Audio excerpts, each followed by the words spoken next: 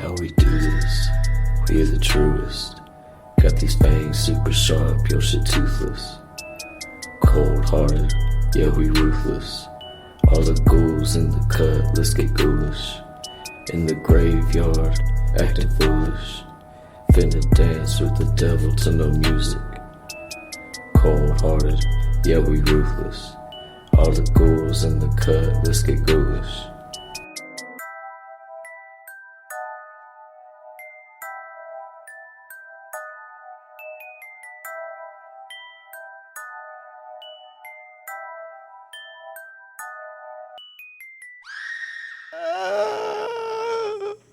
Hi, hello, and welcome back to the Ghoulish Podcast.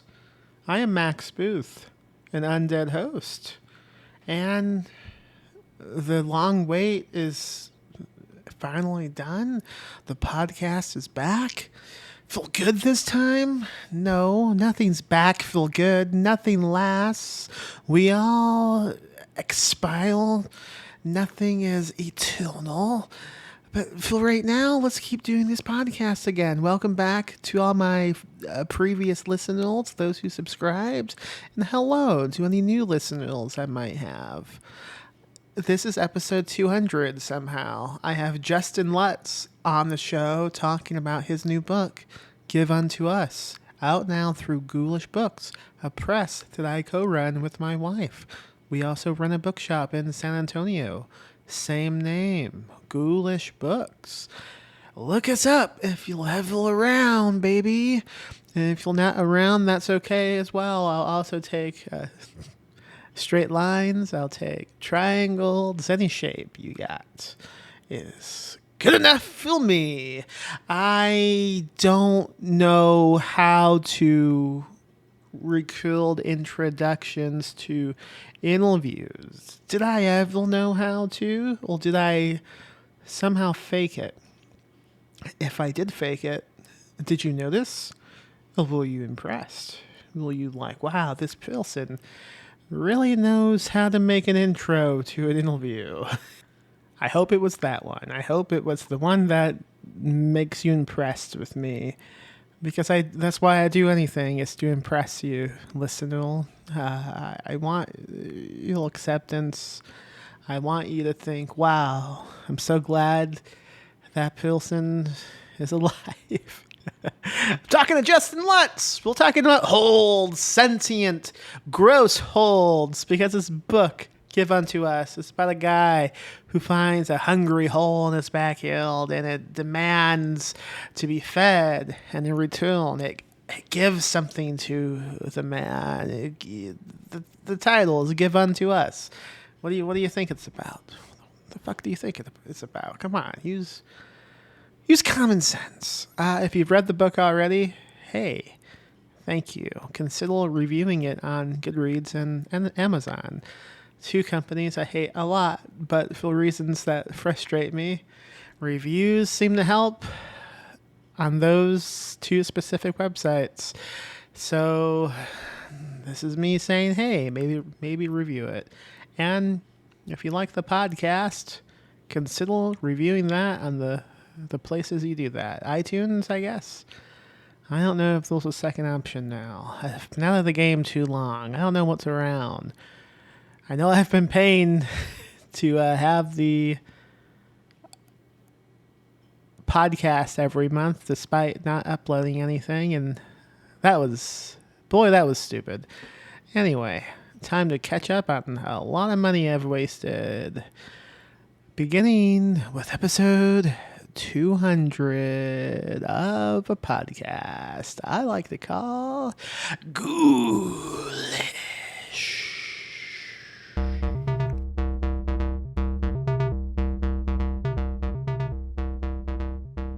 All right, now it's official. Justin Lutz, welcome to Ghoulish. Hi, Max. I'll tell you something I love to say is Give Unto Us by Justin Lutz. It's really fun to say. I don't know if you say it often, but I don't know if you pick the title because it kind of it's like a sing-song thing that goes with your name, but it's pretty cool. I didn't, but it's a happy accident, a fringe benefit. So you a musician, so maybe it's just like automatic for you. Yeah, unintentionally lyrical, it might be.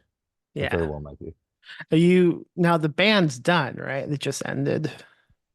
One of my bands is done. Reservoir, that was my band for 13-ish years, finally Okay. finished. But I'm in a band called Tree Knock still that I play guitar in. It's like a hardcore band based around Bigfoot and cryptids. Oh, nice. Uh, so do you guys have like any albums out people could buy on like Bandcamp? We do. We have two EPs out on Bandcamp and Spotify. They're just First Encounter and Second Encounter because we're leaning into the theme. What's the next one going to be called? Third Encounter. Nice. Pretty cool. Pretty cool. Yeah, So you consider yourself a bit of a punk, is that right? I'd say that's accurate. Sure. Always? Is this a new thing? Oh no, since I was like 14.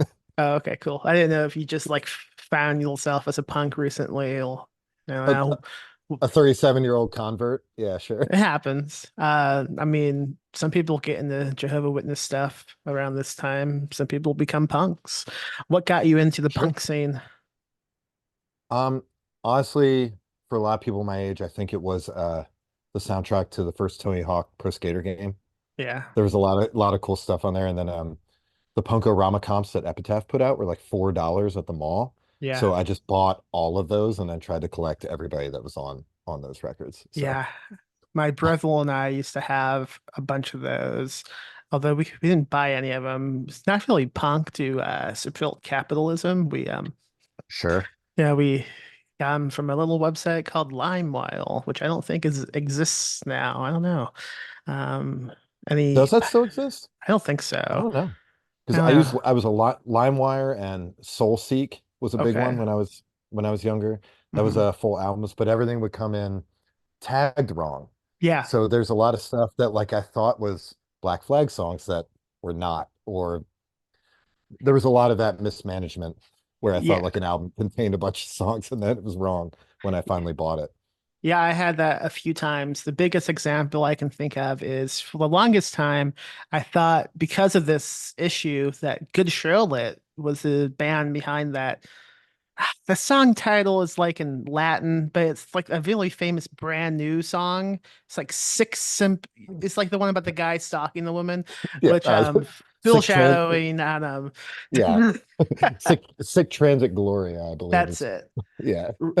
And I was a kid, like this song's amazing. I should get into Good Charlotte Mill, and I never did. And then recently, really recently, I probably shouldn't begin a podcast admitting this. I've become a huge brand new fan. I Um, understand. My wife and I are both big fans and it's a point of great shame. yeah. And I was listening to the album and that song came on and like I just it blew my mind. I had no one to go to like I could run up and like shake them and be like, this song I was obsessed with as a kid. It's this band. There's no one I could just say that to. They wouldn't know what I was talking about. But yeah, like in the last 12 months, I've done nothing but listen to brand new and just all day long every day. And at first, I was like, man, this band is so incredible. Why does no one talk about this band? And then I found out, There's a recent reason and I was like, oh, that makes sense. Well, guess I'll never talk about it on a podcast. Um, until one with me. yeah, I mean, you just give off brand new fan vibes, I guess. You'll the I'll take it. mostly because you admitted to being a fan like a minute ago. So that was a big indication. Sure. That's totally fair. So what's like the the most punk thing you've ever done, and what is the least punk thing you've ever done? Oh man. Yeah, Uh Most punk, there's a handful of things because I spent a lot of times touring in a folk punk band. So yeah. we ate plenty of donuts at dumpsters, plenty of free pizza, that kind of like I was in a house in Ohio during the Kent State anniversary. So Hmm. like all these people had police scanners on for the riots and stuff for the anniversary of Kent State. So that felt pretty punk at the time. Pretty Um punk. the least, I don't know, all my albums are on Spotify. I don't know. It's like pretty easily accessible corporate stuff. So Also, your day job as a police officer. Ah, yes. Yeah, I keep forgetting to mention that. You do silk screening, right? Yeah. That's the day Yeah, I job. do. Yeah, I'm a screen printer. I work for someone else during the early morning in the day, and then I own my own screen printing business in the evening. So I do it for a long time every day. Now, this might be a deep cut, but I've noticed on Facebook, you're selling like a giant machine for a lot of money on Facebook Marketplace because it keeps popping up on my feed. I'm like, I'm not buying this. Is this a scam? What's going on with that? It's it's not a scam. My day job recently upgraded, and I'm trying to help him sell the old All right. stuff. I don't know But why. I love that you see it constantly. That's amazing. Every time I'm on Facebook, it's the first thing I see. It keeps trying to get me to buy it. Uh, You don't have $4,000 to ship something from Pennsylvania to Texas, Max? I don't have real bucks, man. I'm broke. That's why I'm back doing podcasts. Um, Oh, but you actually, lot of money in podcasting. that's what I'm told. I think I'm supposed to I'm supposed to advertise things. So like, it's the only thing you want to advertise. I don't know if money would come to us then. No, I don't Uh, think so. It's just my books that you put out, so that feels like a snake eating its own tail. I mean, So I have them. I have them handy. Well, excellent. one of them's a book, one of them's a magazine. But I'll begin with the magazine because we were just talking about the day job. You wrote Sure. something for Ghoulish Tales issue 2 about what do you call this company? I'm gonna fuck it up. Uh, we call it a screen printing company, is how we describe it. So That's what I would have yeah, called it. Okay. yeah. Yeah, Any go ahead. oh, I was just gonna say, that silly old bullshit of write what you know. I guess like I felt like I should write a screen printing horror story at some point. I think there's a movie on Amazon Prime that is screen printing related, but I haven't found it yet or watched it. I've heard tale of it, like people keep recommending it to me. Um, but I think any job is rife for satirizing, Hmm. right? Like you should like take whatever you do and like make it a horrific thing. So Yeah. especially because I work around conveyor dryers and flash dry, all this heat all the time. And it was easy for me to be like, well, I'm mad when I have to print stuff for cops at my day job. So maybe this other guy is mad he has to print shit for cops at his day job also to just get Yeah. by, right? Maybe So that's the least punk thing you've done.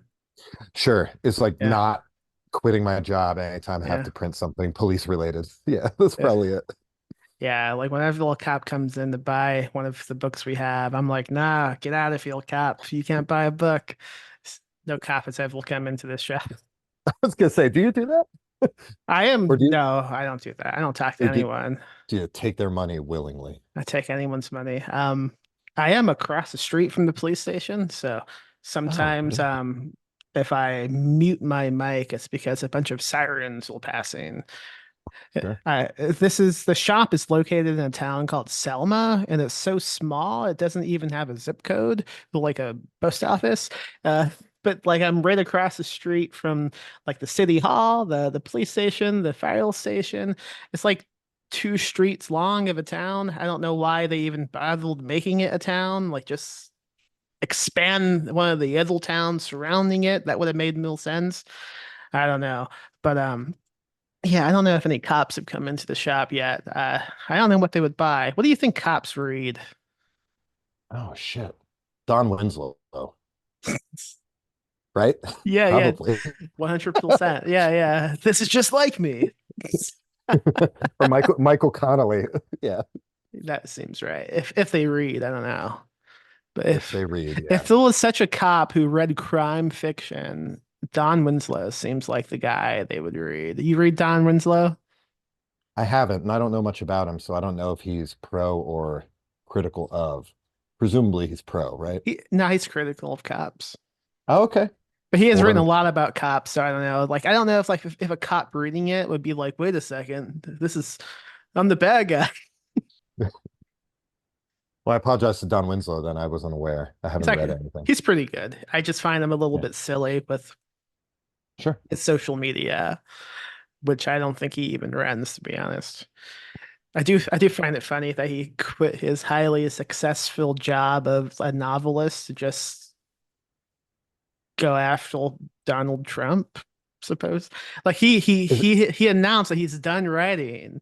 oh, he's retired? Yeah, I don't think I knew that. to focus on his new job of making like anti-Trump videos. It's really strange. I mean, why would you do that? You could just do both. It's Yeah, not that yeah. difficult to write a book. I mean, I have two jobs. Why can't Don Winslow have two it's jobs? a really good point. It's a really good point. Um, but we're not talking about Don Winslow. We're talking about you, Justin Lutz, who wrote a book called Give Unto Us.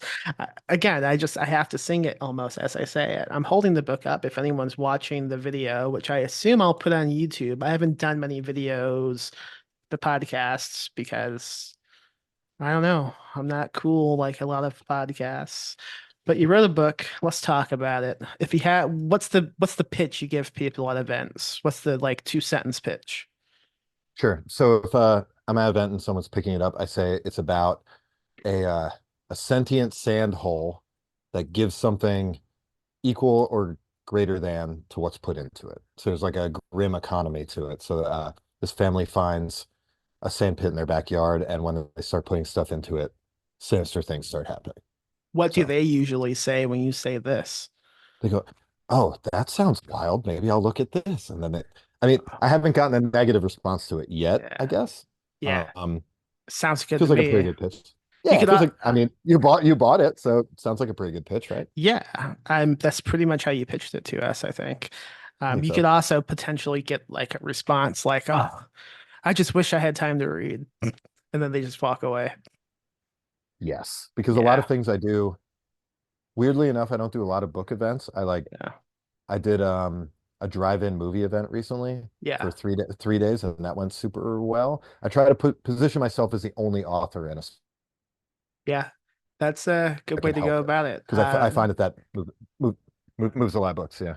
I agree. We've done lots of pop-ups around San Antonio, usually not book-related ones, and sometimes we do well, sometimes we don't. I mean, when you do an event that isn't book-related, you do run into a significant crowd of people who just like look at you like, "What do you mean selling these? You can pay me to read." Right. But you do get a lot of unexpected surprises, like, "Oh, wow, I wasn't expecting a book about a sand hole, you know?" Sure. And helps Yeah. that the cover you commissioned from Matt is fantastic, and it helps when you have nice covers. Why don't you talk about the idea behind this? Because this was all you. It wasn't my idea. It was. I sketched out a shitty little sketch and sent it to Matt and you. And I'm avoiding saying his last name because I'm not sure how to pronounce it. Is it Revere or Revert? I don't know. I think the T is silent Okay, that's because I've he's all, intentionally yeah, I been don't know. avoiding it. Yeah. Yeah. Okay. All right, Matthew Revere is how I'll say it right now. But I sketched out this shitty thing that's there's a lot of illusions made this time in an hourglass, and it's a sand pit, so I wanted the happiness of the house on the top and like death and destruction and shit at the bottom. So I sketched out a shitty little skull and a shitty little house and sent it to him, and he came up with that fantastic cover. I mean, So it's pretty much the same thing. If I mean, he just pretty kind of pretty close, yeah. he traced it pretty Hmm. much. Recently, your awesome wife gifted you with a light of this cover design. Oh, totally. Interestingly, not behind you. No, it's not because my this is boring, but my router is downstairs, so we might have run into connectivity issues upstairs in my office. But Yeah. she suggested that. She goes, "Oh, put the neon light behind you." Yeah, she got a local guy in Philadelphia to make a neon light tube version of the cover, and it's pretty fantastic. It's awesome. I showed it to Matthew, and his response was something like, a lot of people have made some interesting things with my designs, but this is the first time my design has become light." That's awesome. He Hell thought yeah. it was pretty awesome. Um, this whole, like, the concept of the book is a little bit true, right? It's a little bit based on fact, real life. The initial thrust of it, sure. Um, when we first moved into our house, it rained pretty hard in the first like week or two, and we Yeah. noticed that there was a big patch of sand that like continued to kind of bubble up, not bubble, but like work its way up through the grass, and we quickly figured out or deduced that it was a dumped sandbox from the previous owners because there were like toys and stuff in it. But that was it was pretty easy for me to extrapolate and be like, well, what if it wasn't that? What if this was bottomless and it just existed here for whatever reason? So Yeah. I don't know. I, Weird stretch, but like if writers are listening to this, like we all know that that's the wild stretches we make on something dumb and innocuous like that, right? it's not that wild. It makes a lot of sense. Yeah, totally. Seems like the most logical route you could have gone. Yeah, what if this was bottomless? Completely fucking normal. At what point did you connect the song "A Hole in My Bucket"? Is that the name of it? Yeah, I guess that's the official title. I'm not entirely sure. Pretty early on because I was in Boy Scouts when I was a kid, so Oh, that was like a song we sang at camp, and I thought of it as like an echo or refrain while I was doing the thing. So it made sense to me to put that as the epigraph of it. Especially once you rejected my Tom Waits quote and said, "Hey, we can't buy this." yeah. I mean, maybe we could have. I don't know how to contact Tom Waits. Do you? You're the musician. I do not know. Oh, I mean, don't you have it? Do you have any songs you've made about holds? That would have been a good thing to quote. Probably, but yeah, I didn't think far enough ahead of that. So Has there been like a punk version of this song, like by that fucking like Me and the Gimme Gimmes or something? It seems like there should have been. Is that the name of the there should band? me first in the beginning. Okay. You're really close. You're really close. Okay. I haven't thought about that band in a long time. Well, there's a lot of Bouncing Souls and that era of punk rock posters behind me, so of Yeah, course I know who they are. But um, as far as I know, they haven't done an album tackling old camp songs, but that would be pretty awesome. they should. Is that a band that still releases music? It was like a mashup of various musicians. Like I know Fat Mike was in Mhm. it. I think the guy from MXPX was in it. I'm not Yeah, positive. it's fluctuated. I think there was a Foo Fighter in it at one point. There was a Stiff Little Fingers maybe, or Okay. Swinging Utters, like a super group for that tiny niche of stuff, right? Just doing Yeah. covers. But a camp songs record would be really cool. If anyone is listening who's involved in the band, I don't know, you can do it, I guess. We can't stop you. Give us a free download on Spotify. Only now do I realize how come the wife and husband in this book will not name Henry and Liza. That feels like it's maybe hitting it too close on the nose. And maybe I realized about the song way later, Yeah. that I'm giving it credit for. Um, there's no real, I don't know. This is interesting because now I'm curious for you too. Yeah. I don't know if there's any reason to why I name characters anything. I just try to have a name that I haven't used before and something that feels natural, like for them. Do you like intentionally name characters something based on a theme or No. yeah, I didn't think so. It Me just neither. has to sound like I just have to be okay with typing it 1,000 times. Sure. I And think right. also, it has to be something I'm okay with like reading out loud. So like if it's a name I know I might like screw up pronouncing, I'm just going to avoid that. Right. I wonder if writers more intelligent than us intentionally will make a metaphor or a simile or something out of every single name, but like that's not me. Exhausting. I'm trying to think of, Exhausting. of names I've come up with. Nope. Can't think of any. Nope. I Yeah. I read the sex scene from this book in a bookstore Oh to yeah. one of my friends named Melissa, and the wife in this is named Melissa. So you must be in love with the friend, right? I not even a little bit, but like it, it was so uncomfortable at the end. I was like, oh, I didn't realize I did this till I was like deep into it. And she goes, no, it's cool, whatever. But it felt strange to talk about a character named Melissa fingering open wounds Yeah. with my friend Melissa sitting right in front of me. Pretty great scene, by the way. One of my favorite scenes I've read in a long time. Maybe my one of my favorite sex scenes. I don't know if I've ranked them in the past, but maybe I should rank sex scenes I've read. That would be up. Sure. Yeah. If Lit Reactor still existed, I would tell you should pitch that as an article. They do now, but it looks like they feel owned by like a pro AI thing. I kind of got into like a public beef with them. Yeah. I don't know. Yeah. If Well, those if Reedsy Reactor existed with Josh, that's what you. Yeah. specifically with Josh only, we don't need to talk about the other people involved. No, Um, no, no, no, no, no.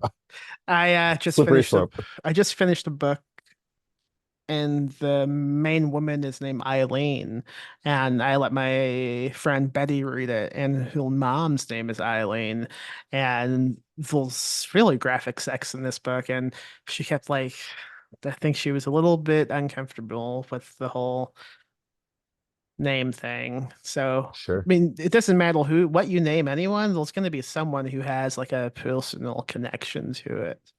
sure. Yeah. I mean, you could just be like David James Keaton, who names pretty much every man Jack for some reason. I don't Oh, know. He loves is that that name. true? It seems Oh, like it is. I don't know. It's like that's his go-to name is Jack. I don't know. I, I have a name question. How do you feel about naming Caleb Fields Justin? Like, is that seem odd to you? it might seem odd to me because I haven't done it yet. I mean, Yeah. I consider myself new-ish, I guess. I don't know. Hmm. I have like 3 books and a bunch of stories, but I haven't named anyone Justin yet. Okay. Have you named anyone Max? Yeah, once in a book Yeah? called Maggot Screaming, and then I immediately named everybody else after my family. So then his son was the same name as my stepson, and his ex-wife, it's the same name as my wife. So it was like a really dangerous slope that I immediately fell down. And it became this whole meta thing that wasn't intentional until I just decided to name this one guy Max. So use caution. I don't know if I realized that when I read it, that it was your family's names entirely. That's Yeah, fantastic. and like the friends, the same name as like my friends. I don't know.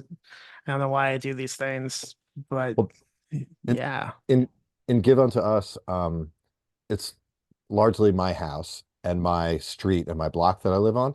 And my wife Lois posted the book on Facebook, like, oh, I'm so proud of my husband, blah, blah, blah, buy this book. And my one neighbor, Nan, replied to it and said, oh, I can't wait to read it. And I was like, you are Fran in this book, and it is not cloaked at all. It is exactly you. So uh maybe don't read this.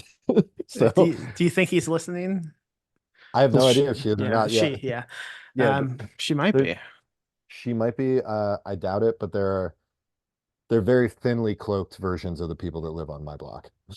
So And don't you also have like a restaurant like in like the back of your house almost? What's the setup? Because we uh have something like that in the book as well, and it kind of comes mhm. into play. Oh, it's totally autobiographical. This might be the most autobiographical book I've ever written. There's a small parking lot between my house and a restaurant, and the parking lot is for a trying to think how to describe it, like a group home kind of that people live at occasionally, but aren't there all the time. So the restaurant uses that parking lot, shit blows out from their dumpster, like it's all manner, like all the conflicts in this book begin as things that I have encountered, like mowing over a napkin that came out of the dumpster from the restaurant and being pissed about it and wanting to put up a fence. So it's if anyone came to my house, they'd be like, "Oh shit, I get all of this." Like Yeah. my toilet has a window behind it. So if someone was in my backyard and I was pissing in this toilet, they could look in this window and just see me standing there. Um, What's the address again? oh, don't worry about that, Max. Okay. Uh, I'll text it to you. Don't you worry. I mean, I technically know. I suppose you bill me at that address. It's oh, it just reminded me. I know we're talking about your book, but talking about like naming things and basing things off of real life. I can't wait for the book I just finished writing to come out because it's about uh, two people in San Antonio who run an indie spooky press called Mhm. Fiendish Books, and they do a magazine called Fiendish Tales, and the big like uh stress thing going on in the book is they're about to launch the debut Fiendish Book Fest. So I mean, it's really well disguised. Sure, yeah, Yeah, totally. yeah, yeah. Is that the Mr. Bones book? It is, yeah. It's Yeah. supposedly coming out in a few months. We'll see. I was fairly late to finish it. I finished it last week. Fair enough. Um, but now I have all this extra time to do podcasting finally. And that's what's happening right now.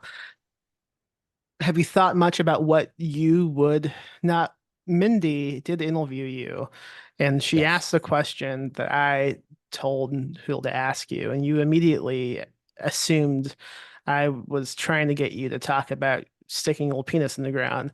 Uh, We have uh, had that conversation before. yeah. I think we have, but not on a podcast. No.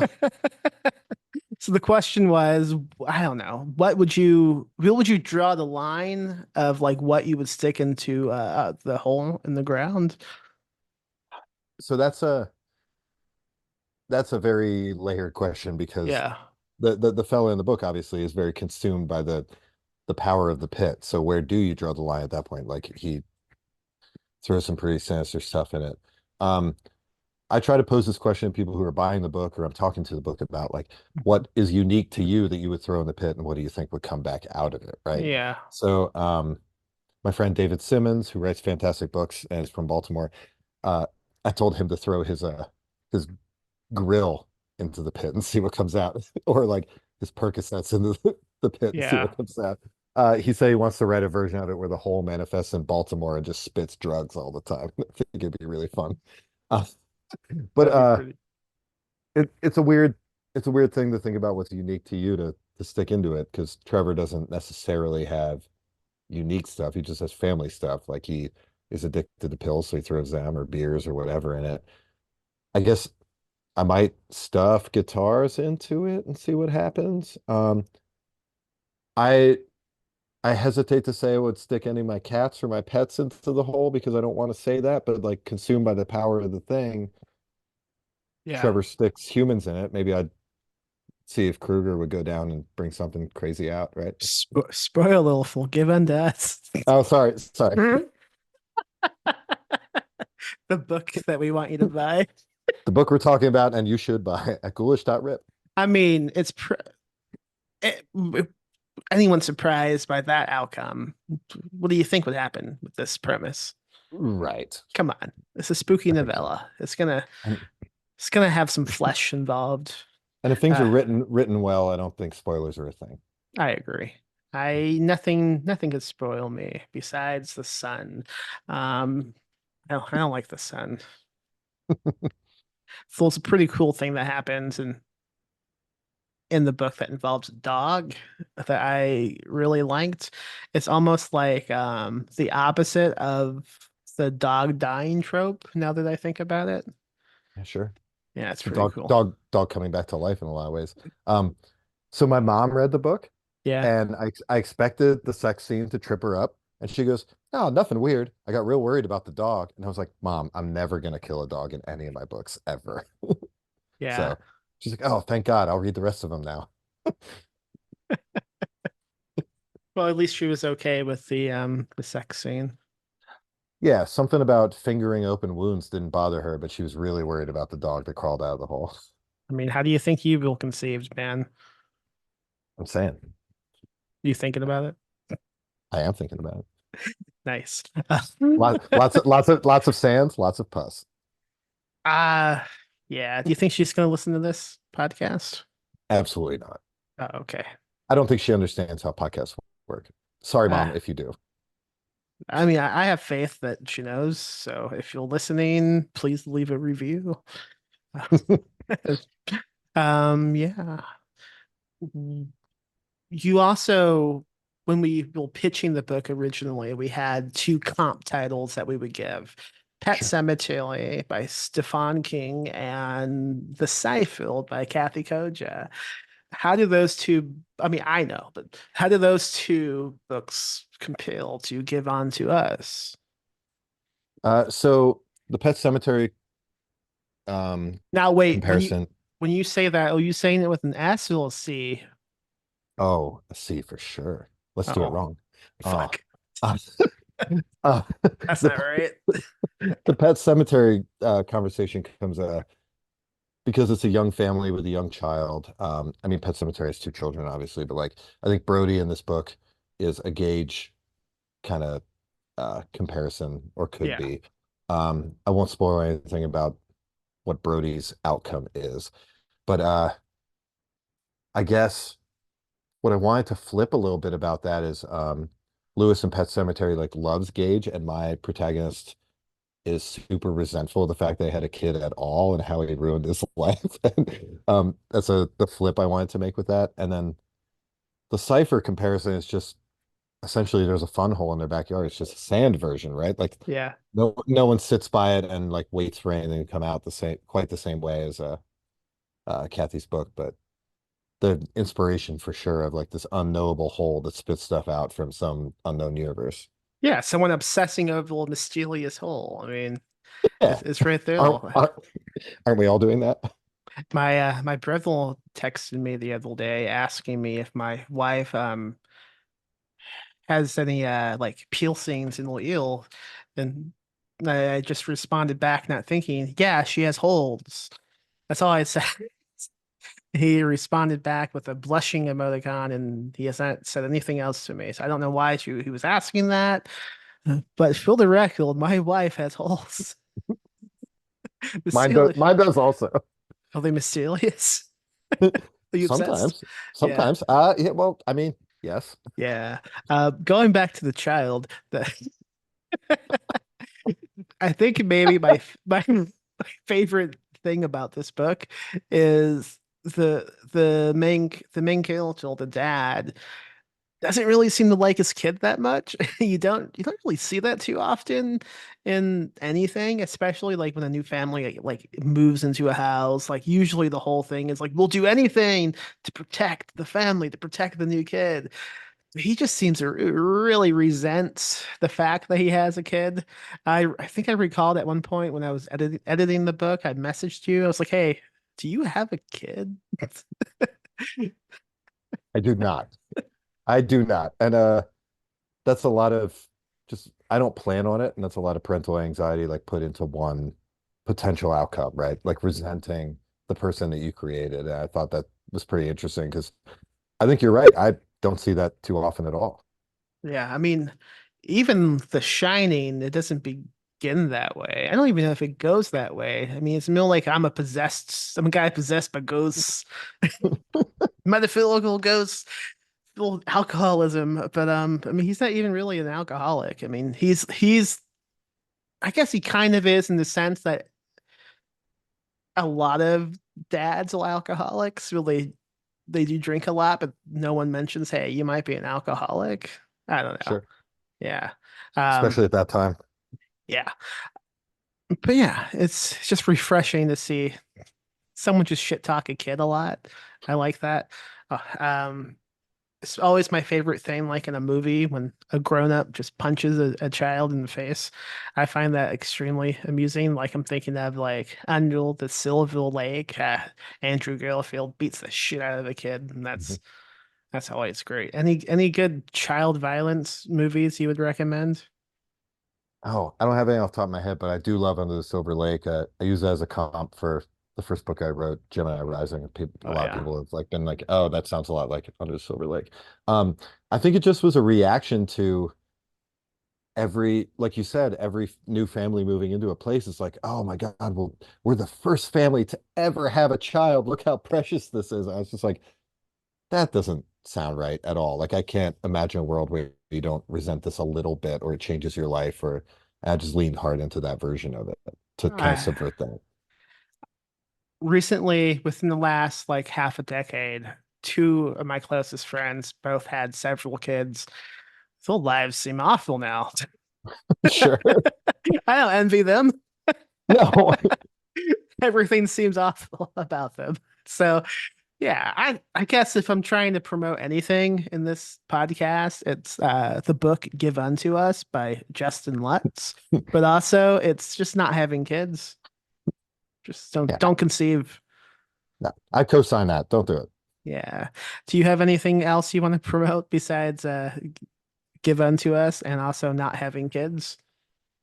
Uh, so that's my newest novella. I also I publish a zine called Grow Worms that is movie reviews, fiction, uh essays, all manner of it's like my brain made manifest in a 2 times a year zine, and I Okay. think it's really fun. It's been going pretty good. So How uh, can people get that? Is that online? uh, yep, through my big cartel, which is justinlutz.bigcartel.com. I have signed books on there. I'm not selling Give Unto Us because I want you to sell it. You can So sell it. no, I will eventually, but I want you to sell it first. They could It's get it important. signed from you. They could get it signed Imagine from me that. or at any events that I'm doing around Yeah. Pennsylvania. How'd So, you come up with the name of that website? oh, it's my name. That's Oh, how. sweet, sweet. Is that? Pretty. Yeah, yeah, yeah. I thought about it for a really long time, and I just settled on the fact that shit, maybe it's easiest if it's my name. It is. I know. I don't know why I just asked that because I'm a Chernobyl friend. Are we friends? I think we're friends. Okay, cool. I always have to ask. Yeah, I think we are. Explain something to me. What is VoidCon? What is this? Oh, I'm so glad you asked. VoidCon is something that me and six of my friends, the Void Collective, do in Huntington, West Virginia. And this year is the second year. And I'm going to find the dates real quick so I do not misspeak. It is at the Hilton Doubletree in Huntington, West Virginia, Friday, September 27th, Saturday, September 28th, and Sunday, September 29th. And it is weirdo authors, black metal bands, indie filmmakers.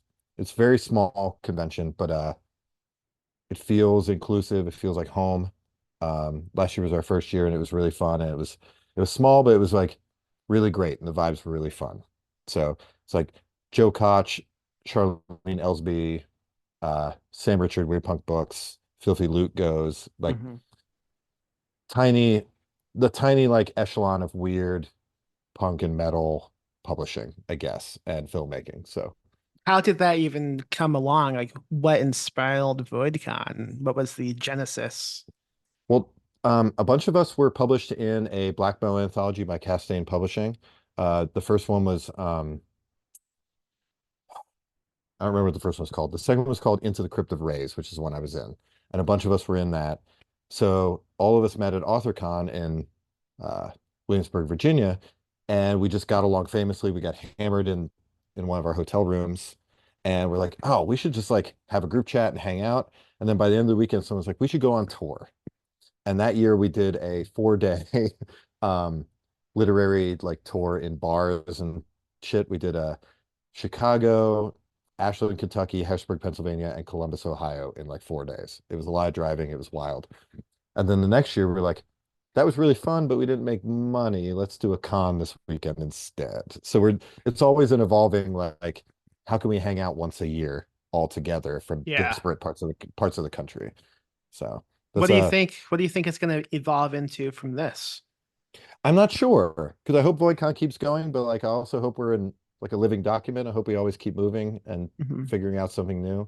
And it's Edwin Callahan, Evan Dean Shelton, Sam Richard, Michael Tichy, Matthew Mitchell, uh, and OF Sierra are the other people in it. So Pretty cool. And do you have a website for VoidCon? Like, tickets available? How does someone attend? the Castaigne Publishing. Did you free? It's the Castaigne Publishing Big Cartel. So it's a CastaignePublishing.BigCartel.com. There are tickets on there. There's information on Yeah. there. And just reach out to any of us about information. So we're working on the programming schedule now. How do you think they came up with the name of that website? God damn it, Max. How can folks find you online? I mean, I know you said the website. Do you have any social media you want to promote? Yeah, all my social media is Lose Your Ghost or Justin. Let's just look it up. It's pretty easy to find. Is Um, that a specific reference to anything? Because it sounds so familiar every time I see it, but I can't quite place it. so it is that band Reservoir that you mentioned that broke up. We have a Hmm. line that says "Lose your ghost and keep your head" on Oh, our okay. demo from 2010. So I just grabbed it and I kept it this whole time. Pretty So good. Pretty good name. You should yeah, it's not so bad. call a book that. Maybe I will, and then we'll cross promote, and it'll be easy to find everything, right? Yeah. Yeah. All right. I believe that's it. Let me, do you have anything else to add? Any final bits of wisdom? Anything punkish you want to say? Anything to promote your day job as a cop, etc.? I don't think so. Just keep on keeping on.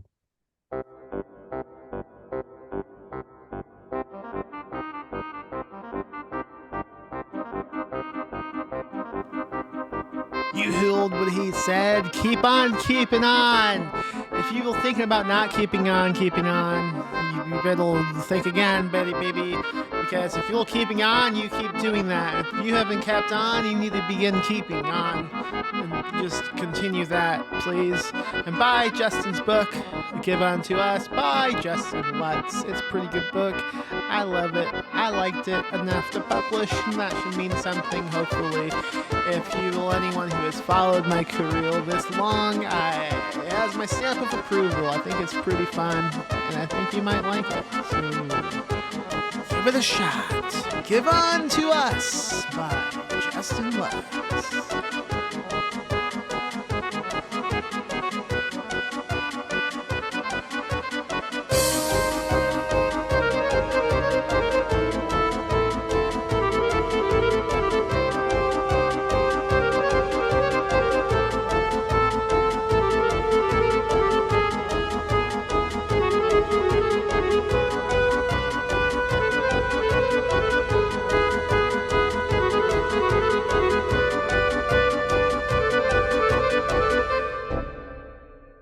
Live spooky, die spooky.